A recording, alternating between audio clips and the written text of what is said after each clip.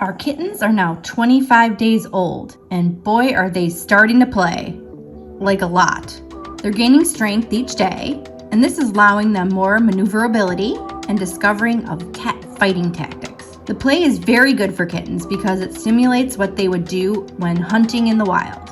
Everything they learn here is what they would use on mice or chipmunks or birds in the future. That is if they were outdoor cats. The kittens still can't retract their claws, so they sometimes could scratch each other during play. We do get a little nervous about that because they're still a little wobbly and uncoordinated, so they might, try to poke each other's eyes out. It's also not a great time for Tilly when it comes time for the kittens to feed. Sometimes you can hear her wince when the kittens are making biscuits and pushing on her belly while drinking. We mentioned a few videos back that we had to try and milk Tilly early on to make sure she was producing milk for the kittens. Well, the reason that we couldn't get milk from the one that we were trying is because not all the nipples are producing milk. Remember, Tilly was just 8 months old when she gave birth and 6 months old when she got pregnant. She really only has 3 kittens to feed, so it's okay that not all the nipples are working, but sometimes it does lead to arguments and little fights among the kittens to get at the good ones. Tilly has been eating a ton of food and is consistently hungry. And this is because it takes a lot of calories and nutrients to make milk. Whenever she's hungry, we feed her and have been consistently feeding her maybe around 5 cans of wet food a day. Sometimes 6 when she's asking for more food, which she does often. She found her way into the cabinet when we left it open one day and she ripped open a bag of dry food. So it's definitely a sign that she's still hungry and she still needs more calories. The kittens continue to drink tons of mama's milk and are way ahead on their weight. They are well into the week 4 weight range, which is great.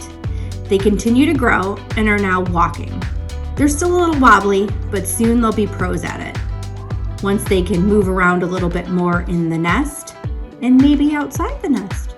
The big highlight for this stage of development is that they have their full hearing and smelling abilities. So you'll find them doing a lot of sniffing. Like when we put our hands into the nest, they'll come up and they'll sniff them and try to climb on your sleeve. It's really cute. The other new thing for these kittens is the addition of a small litter box in the nest. They still really can't relieve themselves on their own, so Tilly still has to stimulate them to use the bathroom. However, soon they'll be able to go on their own, and we want it to be in the right place. By adding a litter box in now, they'll have a chance to dig around in it and get used to it, and with Tilly's help, they'll be taught to use it, so they'll be fully potty trained from the start. Generally, kittens will use the litter box naturally. Usually in the wild, they dig and bury their feces to hide it from the smell from predators. So generally, they look for somewhere to bury it.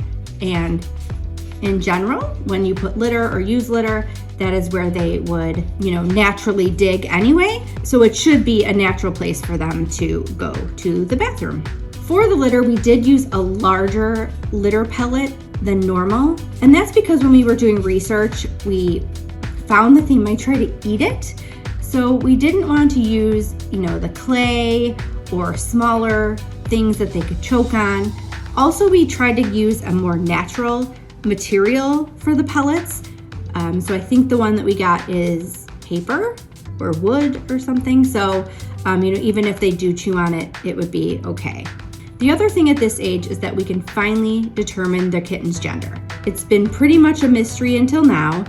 And because Tilly has had to stimulate them to use the restroom, their gender organs have been internal or not really visible.